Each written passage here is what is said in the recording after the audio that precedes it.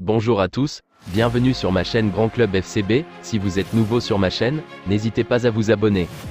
Très énervé après la défaite face au Shakhtar Donetsk, 1-0, Joao Cancelo a émis des critiques dures envers sa prestation. Totale désillusion pour le Barça cette semaine en Ligue des Champions après la triste prestation lors de la défaite face au Shakhtar Donetsk. Le latéral droit du club catalan, Joao Cancelo a été très critique envers son niveau de jeu lors d'une interview à TNT Sport Mexico. Nous devons être autocritiques, à commencer par moi et tous mes coéquipiers. Ce n'est pas acceptable qu'un joueur du Barça joue le match que nous avons joué aujourd'hui, comme le match que nous avons joué contre la Real Sociedad, mais nous sommes une équipe et dans chaque équipe, il y a de bonnes et de mauvaises phases. Nous devons passer à travers cette mauvaise phase. Très honnête concernant la prestation des siens, il a admis naturellement que le Barça ne méritait pas de gagner. Le Shakhtar a joué un grand match, ils ont de bons joueurs techniquement, leur football depuis des années est un football technique. Nous savions que si nous ne pressions pas bien, nous aurions des difficultés, comme dans certaines contre-attaques, nous avons encaissé et elles n'auraient pas à se produire.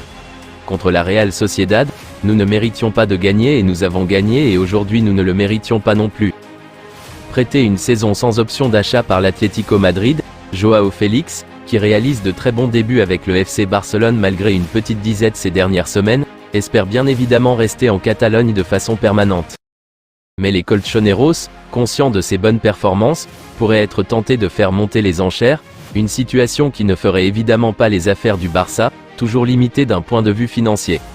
Pour autant, la tranquillité serait de mise dans ce dossier selon les dernières informations de Sport. Une décision seulement prise en 2024 ?